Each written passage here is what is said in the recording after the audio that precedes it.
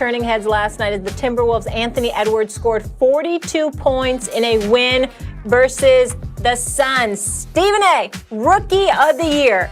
Is LaMelo the clear-cut Rookie of the Year over Edwards? Talk to me. I would tell you for the moment, he is. I would definitely say that LaMelo Ball has been absolutely impressive. He's definitely my Rookie of the Year. As we speak, I want to commend LaVar Ball. He takes so much criticism because of his bravado and what he has said about his sons and how he thrusted them into the public eye. I personally believe he's the reason that Lonzo Ball was picked number 2 overall, because he made his son Lonzo so marketable that the businessman, the brilliant businessman that is Irvin Magic Johnson, could not pass on the brother from Chino Hills and said, hey, I got to take him instead of De'Aaron Fox. It is the only argument that Magic Johnson and I have ever gotten into in all my years of knowing the basketball savant that he is. I've never disagreed. I've never even challenged Magic Johnson on anything basketball related until he was talking about making that pick, because I firmly believed De'Aaron Fox should have been picked ahead of Lonzo Ball, and I still feel that way to this very day. But Lonzo has improved. He's showing a lot. Max, you pointed out during the commercial break how the Clippers are looking at him. I hope they get him. I think he'd be a good asset because Mark Stein, our former colleague here at ESPN, he reported that the Clippers are interested in Lonzo Ball. I'd like to see that happen. I think that would be a good thing. But LaMelo's special. LaMelo's special. And when I spoke to Michael Jordan about him months ago, Michael Jordan raved about his confidence, how he ain't scared of anything, how he's assertive and aggressive, and now he thinks he's going to be special. And sure enough, he's been inserted into the starting lineup, and he's been averaging over 20 a game, like 20 and 6. LaMelo, to me, is a floor general. He's got a high basketball IQ. He passes exceptionally well. And all that bravado that his father put out there about him appears to be right on the money. Very, very accurate. But I will say this. This kid, Anthony Edwards, right here, he's averaging 16 and 4 on the season, dropped 42 last night. This brother has the potential to be D-Wade with hops. Not that D-Wade couldn't jump at all. So this is different. But this is different. The athleticism that Anthony Edwards has on him is a different animal. Anthony Edwards is special.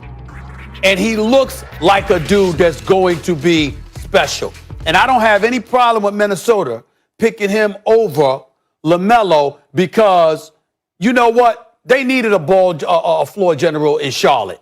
Because Rozier can ball. He can ball. Graham can ball. I like those guys. But you need a quintessential floor general. When you look at LaMelo Ball, that's what they needed in Charlotte. Although they need everything in Minnesota, you need something like an Anthony Edwards to be in Minnesota, playing with Karl Anthony Towns. I like Anthony Edwards a lot. I really do. He's I think he's a future star in this league. But I do think that LaMelo Ball is going to run away with Rookie of the Year. I don't think they drafted Anthony Edwards on need. I think what they did was they looked at Anthony Edwards and said, this dude is different athletically. Yeah, he's different. And he has the most upside. Let's take him. And I was skeptical of that pick. I thought he just can't shoot. But you know something about Anthony Edwards? He doesn't shoot a lot of free throws yet, but he shoots almost 80% from the free throw line. And that's really a better indicator long-term of shooting ability, even from the outside, probably than anything else. Because his field goal percentage is under 40%, and his three-point percentage is under 32%. So right now, based on his efficiency, they're both 19 years old, by the way, Anthony Edwards is not quite even yet an average NBA player when you add it all up. You'd like more. But it is quite clear to me already he's not going to be an average NBA player. He is going to be exceptional if it continues like this, and maybe have more upside than LaMelo Ball. But Stephen A., right now, the Rookie of the Year has to be LaMelo Ball. It's not close between the two this year. LaMelo Ball is right now playing at kind of an all-star level. He's not an average NBA point guard. He's much better than that. And here's what I want to say. Saying a lot. Here's what I want to say about LaMelo too. And not to say that Anthony Edwards, wouldn't be this. Melo's box office. Yeah. Melo's Anthony Edwards going to be box office. Anthony Edwards going to be box office too. But LaMelo is box office. And that's a big deal. The brother's a floor general.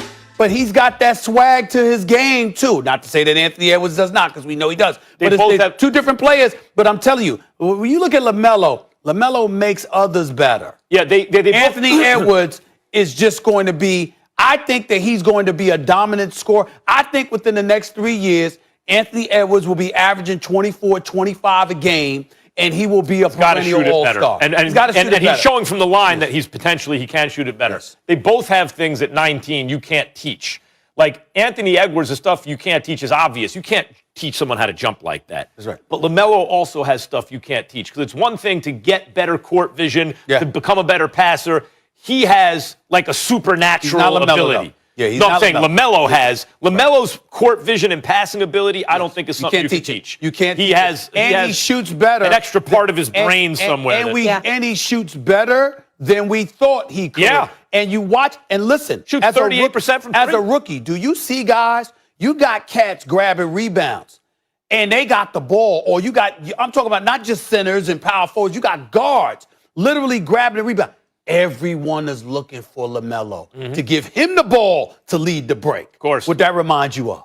Yeah, the great Magic. point guards, Magic, and people like that. They're looking. They're grabbing the ball. Where's Melo? Where's LaMelo? Where's LaMelo? They want him to lead the break because he's such a beautiful passer. Yeah. They know he's going to get everybody involved. He's leading this team. He's special. LaMelo is special. And I want to congratulate LeVar Ball on that, because he gets a lot of criticism. Lonzo's really good. Lonzo's good, but LaMelo's really good. LeVar Ball deserves credit. He told us, and he wasn't lying. But real quick, he the wasn't thing lying. I like about the Ball brothers, this goes for both of them that are in the NBA right now. Yep. It doesn't seem to me they care about their stats. I never get the feeling, I always get the feeling they're always looking to make the winning play. They leave the bravado. They just want to help the team They win. leave the bravado to their father. Yeah. Yep. They just they go play LaMelo, the that game dude. right. So Go both out of you and guys play have the him as game the right. rookie of the year right now. Fel, sorry to cut you off, but we got Marcus Spears waiting for us. So let's get to this next NFL topic here. So many expect Jalen Hurts to be the man in Philadelphia after trading Carson Wentz, but Eagles GM Howie Roseman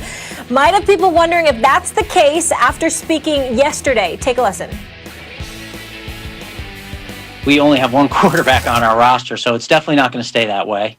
And we've always tried to value that position and to have depth at that position. And I don't see any of that changing here as we go forward. That's nothing that we would be comfortable with. We're going to look at the free agent market. We're going to look at the trade market, and we're certainly going to look at the draft to try to strengthen that position.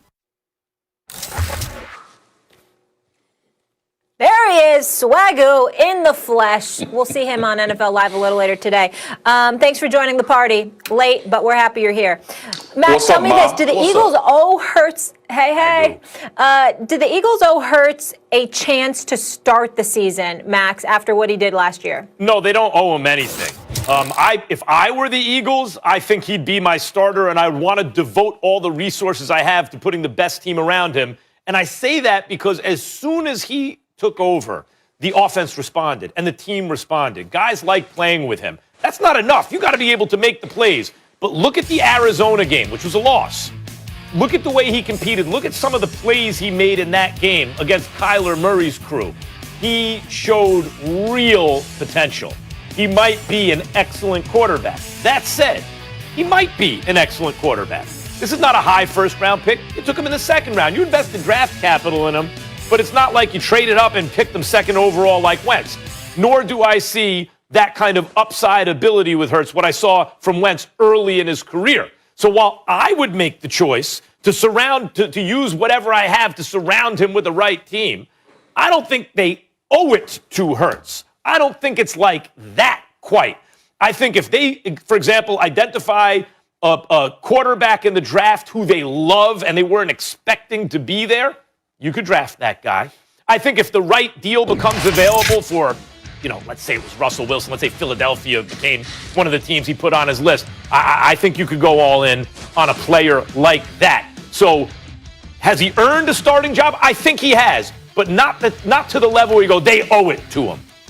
I think they owe it to him, but I'm not talking about the regular season. I'm talking about training camp and preseason.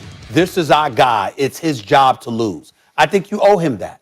with all the nonsense that you've surrounded him with and what have you. I would never sit up there and say somebody's owed a starting job. If you play like garbage when you have the opportunity to prove yourself, you ain't owed a damn thing. But for the purposes of structure, cohesiveness, and just some kind of stability, I think you walk into training camp, this is our guy. I think you walk into the preseason, this is our guy. This is why we got rid of Carson Wentz. But they don't owe it. They owe it to him? That's why I'm saying for those purposes, I said specifically, that's why I'm saying training camp and preseason. Nothing more. Nothing more. I'm talking about the first preseason game. I'm talking about training camp. In other words, anybody that comes in here, that's the guy you got to take the job from. Because guess what? We're looking at Carson Wentz. We booted him out of there. We saw he played like trash. We saw the dysfunctionality that reeked through this franchise. We surrounded this dude with all of this noise, all of these distractions, all of this nonsense, and still he went out there and he performed for us, maintained discipline, performed to the best of his ability, learned during the process of that dysfunctionality reeking through the franchise, gave us some kind of hope to move forward. I'm not saying, again, give him the starting job permanently. I'm not even saying giving it to him for the second preseason game. I'm just saying for the purposes of stability. You walk in, that's the guy. You want us to put you ahead.